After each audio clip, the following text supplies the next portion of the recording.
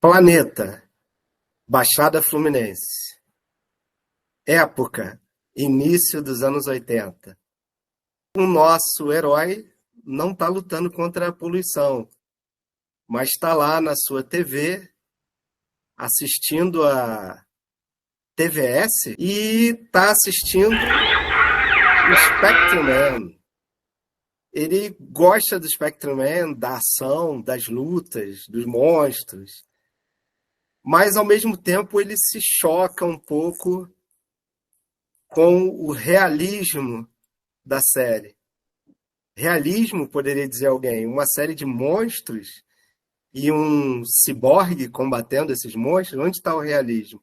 Quando esse garoto vê no episódio a versão humana do Spectrum Man sendo torturado e tendo os olhos queimados pelos vilões e depois tendo que lutar cego, transformado em Spectrum Man, esse garoto pensa, opa, peraí, o mundo não é aquela coisa que eu pensava até ontem, que todo mundo que é bonzinho, todo mundo que é legal, se dá bem, que os malvados nunca vencem, que vai ter sempre alguém para proteger a gente.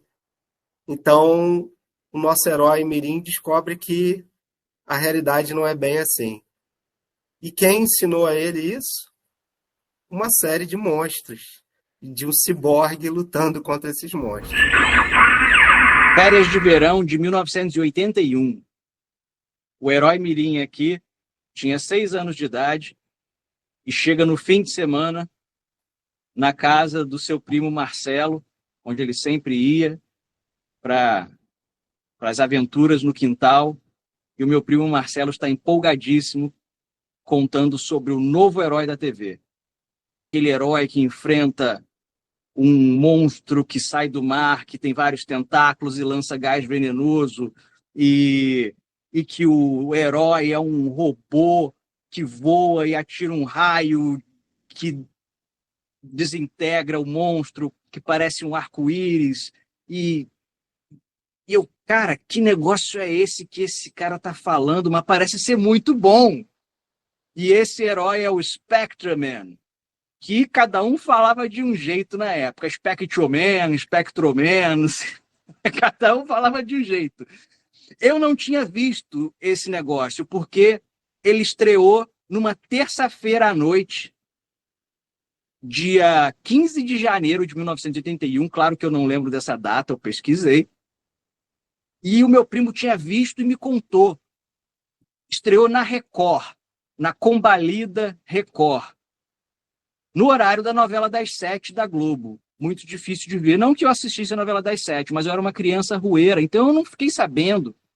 Mas o meu primo contou com tanta empolgação que na terça-feira da semana seguinte eu não fui brincar na rua, ou voltei para casa mais cedo, porque eu convenci minha mãe, poxa, não assiste a novela das 7 hoje não, porque eu queria ver o Spectrum-Man na Record, com aquela imagem péssima que a Record tinha, mas eu queria ver. E o negócio realmente foi empolgante para uma criança de 6 anos, porque era totalmente diferente. Eu já tinha visto outros filmes, séries de monstros japoneses. Ultraman, sempre fui muito fã, Ultra Seven, Robô Gigante, mas esse era diferente. Esse tinha um vilão que era uma espécie de anti-herói, porque ele chegava falando, vocês não sabem tomar conta desse planeta, então eu vou conquistar o planeta para administrar esse planeta direito, porque vocês poluem o planeta. Nunca ninguém tinha discutido sobre poluição na televisão, pelo menos eu nunca tinha visto, e de repente eu começo a ver, gente, estamos poluindo o planeta. E quem me contou isso foi um macaco com uma peruca branca, dentro de um disco voador. Esse é o Spectrum-Man, que encantou a nossa infância. Spectrum-Man estreou no Japão em 1971, como mais uma série de tokusatsu. O que é o tokusatsu? É uma palavra japonesa que significa filme com efeito especial, só isso. Eram séries e filmes que tinham efeitos especiais, mas que acabaram sendo associados para todos nós como as séries e filmes de monstros gigantes, né? que já eram bastante conhecidas, com Ultraman, que é de 66, Ultra Seven, que é um pouco tempo depois, Ultraman Regresso, né, Ultraman Jack, e vem o Spectreman, que é, teoricamente, mais uma série igual a todas as outras, mas ela tinha uma pegada muito diferente quando ela estreia. Ela tinha episódios muito mais profundos, com um tema muito mais cabuloso do que simplesmente aquela coisa que já era comum em todos os tokusatsu. Vem um monstro destruindo tudo, aquela velha metáfora japonesa para a força da natureza que tanto assola o país. As bombas atômicas em Hiroshima e Nagasaki, falamos sobre isso bastante no nosso episódio de Godzilla Minus One. Vejam, bem bacana, vejam, a gente fala muito mais do que apenas coisa de monstro. E o Spectreman traz muito mais também, assim como o Godzilla, do que o monstro destruindo tudo, ou um alienígena invadindo o planeta, querendo conquistar o planeta pura e simplesmente, aquela coisa também muito japonesa, da desconfiança do estrangeiro. Era mais, porque o alienígena que vinha tentar dominar a Terra, ele vinha porque o planeta estava em vias de ser arrasado pelo próprio ser humano. A sociedade industrial poluía e sugava do planeta.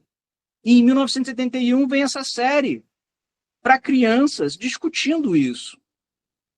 E isso foi uma coisa nova em relação a outras séries de tokusatsu.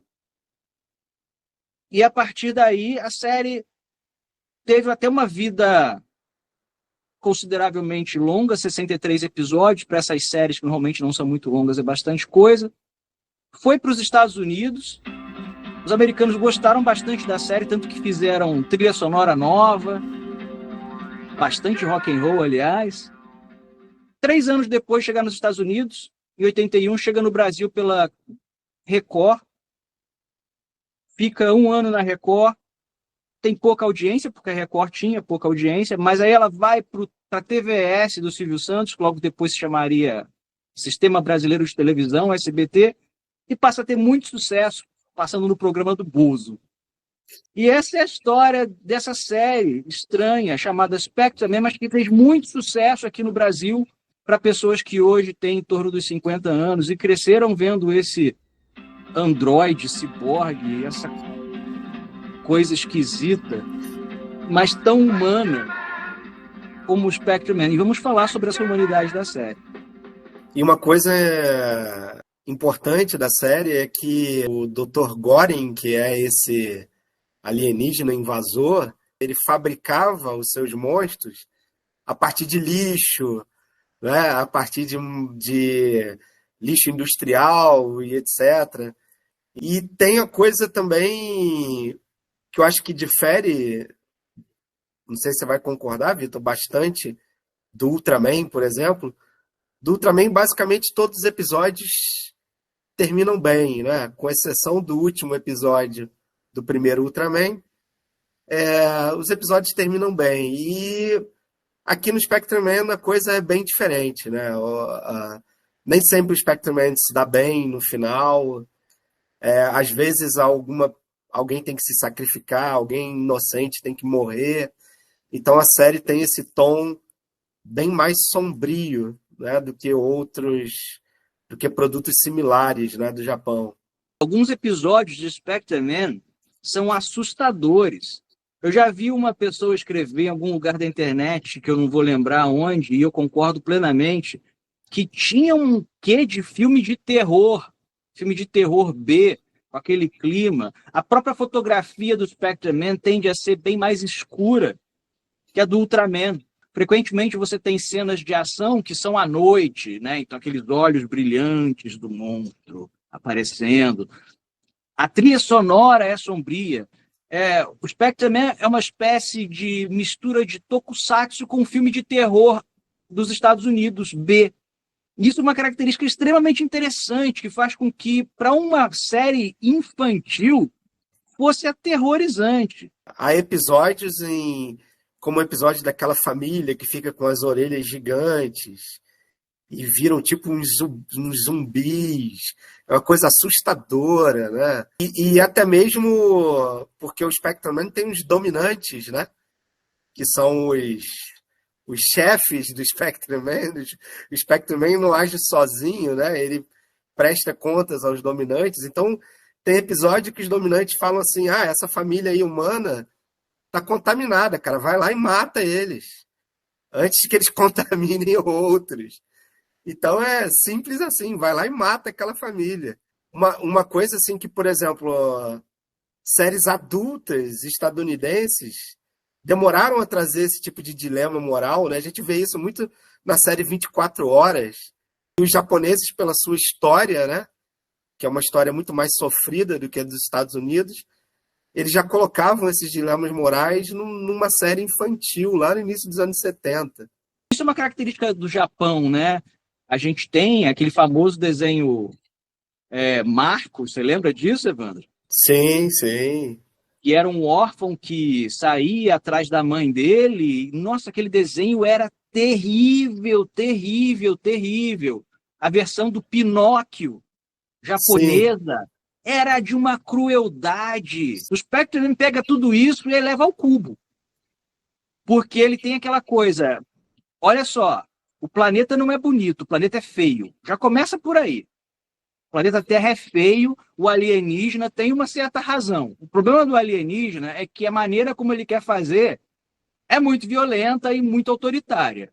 Mas a razão dele até existe. Vocês estão destruindo o planeta. E o planeta é feio. E o Spectreman estava o tempo inteiro mostrando essa coisa. A água poluída, aquelas espumas da água, não sei o quê, né?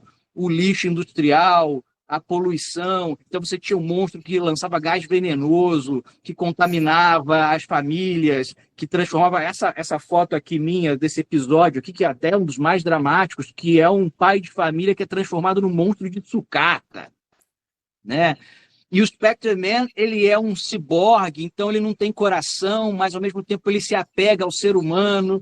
E os dominantes são pragmáticos, eles estão certos, tem que matar a família porque é aquela coisa. Infelizmente, eles estão contaminando todo mundo, vai matar o Japão inteiro. Mas o Spectreman, não, a gente tem que arrumar um jeito porque eu não posso matar a família. Os dominantes castigam o Spectreman, os dominantes eram terríveis, tão autoritários quanto o vilão do Dr. Gore. Tão autoritários quanto. Você criança de 6 anos, quando eu comecei a ver, 7, 8, 9, enquanto eu via, nós víamos aquele negócio de você, espera aí, cara, lidar com morte, tortura, dilemas do tipo, precisa sacrificar essa pessoa ou esse grupo de pessoas. Japonês não tem essa, porque as crianças japonesas cresceram muito rápido, né? Mas pra gente ocidental era muito chocante. Foi uma série que eu acho que para nós brasileiros deu uma acordada, como o Evandro falou, né? Peraí, o mundo não é essa. O mundo, até o mundo infantil, não é tão bonitinho quanto um desenho dos Smurfs, né? Ou mesmo um desenho de ação, sei lá, como He-Man. Não, pode ser muito mais violento, bruto, né? E jogar para você, uma criança de 6, 7, 8 anos, emoções que os nossos pais não deixariam a gente ver. Eu acho que se os nossos pais tivessem visto os episódios de Spectreman, provavelmente eles iam falar, não, você não vai ver isso não. Da mesma forma que eles não deixavam a gente ver certos filmes, né? exatamente. É porque eles não assistiam, né? Se eles tivessem assistido, provavelmente. Então, essa violência, esse trabalho com temas pesados, né? Com essa estética de terror, né? Essa estética assustadora, eu acho que teria assustado os nossos pais tanto quanto nos assustava, né? Mas eu acho que, para nossa sorte, eles não viam. Eles pensavam assim: ah, isso aí é mais uma sériezinha de monstro, tá tudo bem. No meu caso, foi uma série que me deu essa acordada. Peraí, calma aí. A realidade não é igual o He-Man, que o He-Man sempre vence e fala a moral da história. Não, a realidade, às vezes, você fica pensando assim: pô, mas é isso? O vilão ganhou, se deu bem e ficou por isso mesmo? É, é isso mesmo. A realidade é assim. Do poder que essa série teve de despertar uma noção de realidade, uma coisa de fim da ingenuidade, né?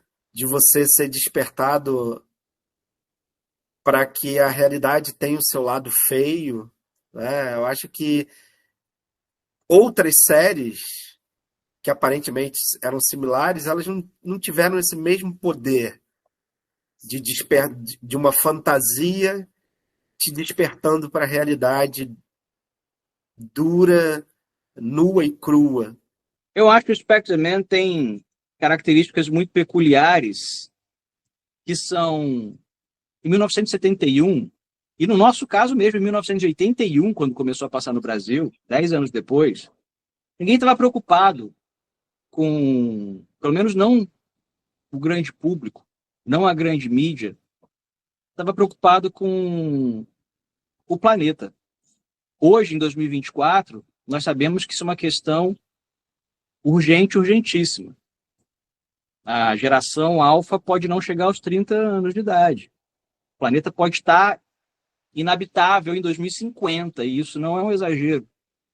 Mas, naquela época, nós estávamos ainda num momento em que a gente naturalizava ou simplesmente tirar todos os recursos que o planeta oferecia. Tira petróleo, tira minério.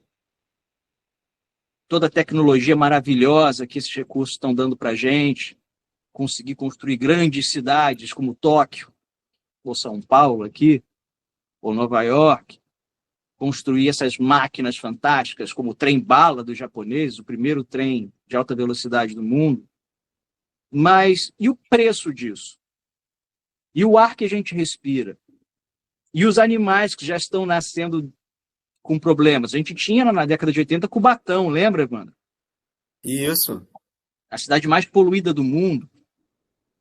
E essa série começou a discutir isso. Caramba, o planeta ele não é simplesmente uma fonte inesgotável, e o que a gente constrói precisa ser construído em harmonia com a natureza. Para uma criança de 6, 7, 8 anos, qual a melhor maneira de você discutir isso? Obviamente vai ser através de um seriado infantil. Então o Spectreman teve essa função aqui para nós brasileiros, na década de 80. A outra coisa que eu acho também que Spectreman tem de interessante é que, na boa, são os monstros mais criativos de todos. Tem um monstro que é uma barata gigante. Tem um monstro que é um rato de várias cabeças. Normalmente, o Dr. Gore fazia os monstros, e essa era a lição, baseado, como o Evandro disse, na própria coisa da poluição. É um monstro de sucata, né, de lixo industrial. Tem um monstro lá que é de vários tentáculos, que lança gás venenoso, né, que parece uma medusa mutante, gigante. Os monstros eram extremamente criativos. E tem o Okonkwo, que é um monstro com bumbum de cabeça de bagre. Cara, você lembra esse? Pode crer, gente. Não, cara, o Spectreman tem os monstros mais criativos. A galera que criava, que inventava os monstros de Spectreman, porque normalmente o monstro é o alienígena ou é o lagarto gigante, é um dinossauro estilizado, quase sempre é uma coisa assim. Os do Spectreman eram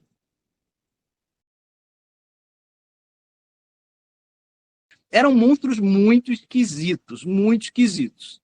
Claro que para as pessoas com o olhar de hoje, cara, isso não é esquisito, isso é tosco, isso é mal feito, é feio, tá na cara que é uma fantasia horrorosa. Mas para quem tem 6, 7, 8 anos de idade, e levando-se em conta que essas séries eram todas produções relativamente baratas, cara, a criatividade, a imaginação dos caras estava a mil ali. Isso é muito engraçado, muito gostoso para a gente ver. E um outro motivo, o Spectreman tinha o melhor macaco loiro mímico da história da cultura pop. Sensacional, porque era muito interessante. Como a máscara era muito tosca e não mexia quase nada, então os atores que faziam o Dr. Gore e o seu braço direito, o Caras, eles não mexiam a boca, então os personagens tinham que falar com gestos, né? Né? Cara, isso por si só já criou uma linguagem específica da série, totalmente única para a série Spectreman, né? Então a série tem muitas coisas que só ela tinha, mais nenhuma tinha, né? E isso faz ela valer uma olhada. Quem não viu, né? De curiosidade, dá uma olhada. E quem viu e não vejo há muito tempo, dá uma relembrada. Acho que vai se divertir bastante. Hoje a gente ri, a gente não vai se assustar mais, mas tem coisas bem engraçadas ali, interessantes de ver. Se Spectreman é tão bacana, tão legal assim, por que será que Spectreman ficou uma série tão datada, tão presa à sua época? Para nós brasileiros, só quem tem a nossa idade, em torno de 50, é que lembra, porque não foi uma série que ficou passando tanto quanto outras. E não teve remake. Ultraman tem várias versões. Até hoje o Ultraman é feito, diversas versões, filme, série, ainda faz um sucesso enorme no Sudeste Asiático e na Oceania. E Spectreman, isso não aconteceu. Por que você acha que isso não aconteceu, Evandro? Primeiro, eu creio que a estética da série, né? Essa estética meio de filme de terror, sombria, meio dark.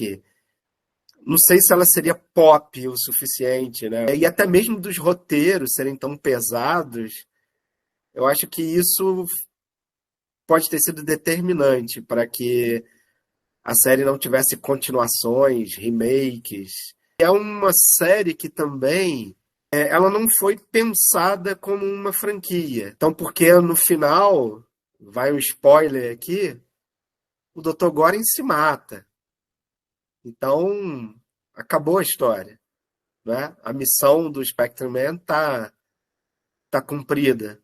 Então, talvez tenha essa coisa dessa ficção de antigamente, né? Que as histórias começavam e terminavam. E já o Ultraman, não. Talvez o Ultraman tenha até antecipado uma tendência que depois se estabeleceu no Ocidente também, de você nunca terminar de contar uma história. Tem sempre um Ultraman novo, tem sempre uma versão nova, né? O Ultraman original, ele morre no último episódio. Por que ele morre? Para deixar em aberto e teremos outros Ultramans. Eu concordo com você na questão estética. Eu acho que o Spectreman, ele tinha essa pegada mais sombria, esses roteiros que problematizavam muito as coisas, e até para o japonês que gosta de dramas fortes e de coisas que na nossa cabeça ocidental não são para crianças, para eles não fazem questão nenhuma de fazer coisa para criança. A criança está grandinha o suficiente para saber o que é uma bomba atômica, então ela pode ver Spectreman, pode ver monstro, pode ver drama de ter que morrer, ter que sacrificar. E o Spectreman ia além, né? Porque tinha essa coisa do problematizar. E não ficar apenas na metáfora que é normal da cultura das séries de monstro japonesas, né? Essa grande metáfora da natureza ou da possível destruição nuclear, mas que fica na sutileza da metáfora, né? E o Spectreman é direto. Eu estou mostrando aqui exatamente o que é, e você não vai fazer nada. Então, talvez problematizasse demais. Então, acho que talvez essa questão tenha atrapalhado um pouco a série fazer mais sucesso a ponto das pessoas continuarem se interessando pelo Spectreman.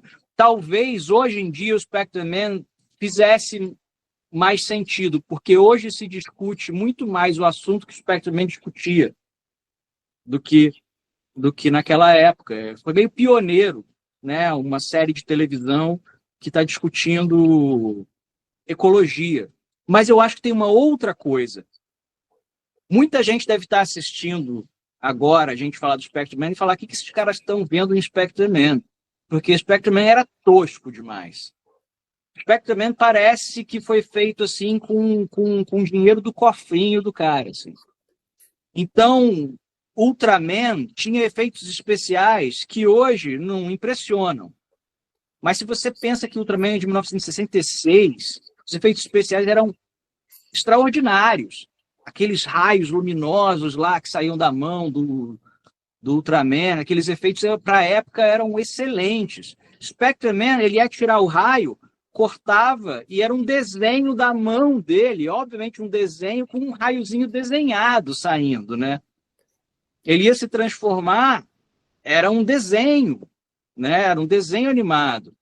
Tinha coisas assim, de que os monstros eram extremamente criativos, falei disso aqui, isso era realmente interessante, mas dava uma impressão de que a qualidade das roupas do monstro eram inferiores, assim. Tinha coisas assim muito, muito, muito toscas, que era, por exemplo, a própria roupa do Spectreman, dá para ver até, melhor até no fundo do Evandro, parecia ser uma coisa improvisada ali, meio mal ajambrada no corpo do ator, enquanto a do Ultraman, por mais que você visse o Fechecler nas costas, era mais bem ajambrada. Isso eu acho que foi meio imperdoável para muita gente. E eu até compreendo. Não era desculpa porque é de 1971, que, como eu citei, o Ultraman é mais novo, é mais antigo, 5 anos mais antigo. O próprio Regresso de Ultraman é 1 ano mais antigo e todos são muito, muito bem feitos para o padrão da época. O Spectreman parece que foi feito assim, né, com, sei lá, vamos fazer a série aqui. E eu acho que para muita gente que isso acabou... Spectreman é uma série tosca, não vale a pena. E aí isso, infelizmente, acabou na cabeça de muita gente, fazendo com que elas esquecessem que era tosco pra caramba.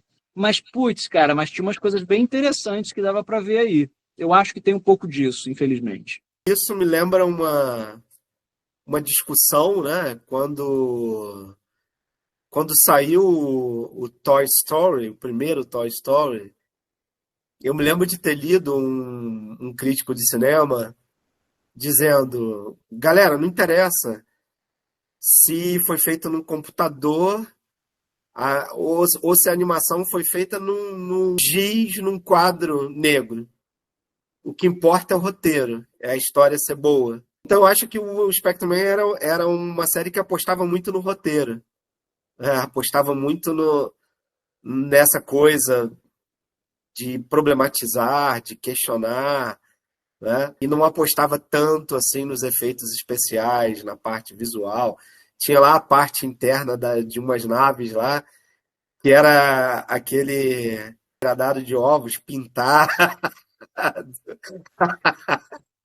Eu não sei se eles tinham poucos recursos, aí eu não sei, para fazer a série, mas acho que eles apostaram mais no roteiro e na estética, no clima, do que nos efeitos especiais, né? Eu acho que se Spectreman tivesse sido feito com o mesmo nível de qualidade técnica, de apuro técnico do Ultraman, eu me arrisco a dizer que seria uma série tão cultuada quanto o Ultraman hoje, porque, de fato, as histórias eram muito boas para uma série infantil, eu não tenho a menor dúvida disso. Só que, infelizmente, eram histórias muito boas feitas na gambiarra. Parece aquela coisa, eu que sou ator, né, no início de carreira, você vai fazer a peça, mas você não tem dinheiro, mas você vai fazer. Aí os parentes vão lá, né, meio indulgentes, vê o seu esforço, os amigos também, você fazer teatro é difícil, né?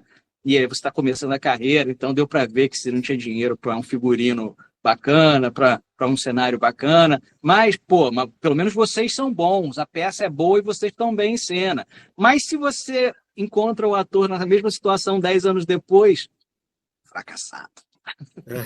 Eu acho que o Spectreman ficou talvez com essa pecha de tosco, fracassado, Ultraman de quinta, infelizmente. E, de certa forma, hoje ocorre meio que o oposto, né? Por exemplo, em Hollywood, os efeitos são maravilhosos e os roteiros são péssimos, né?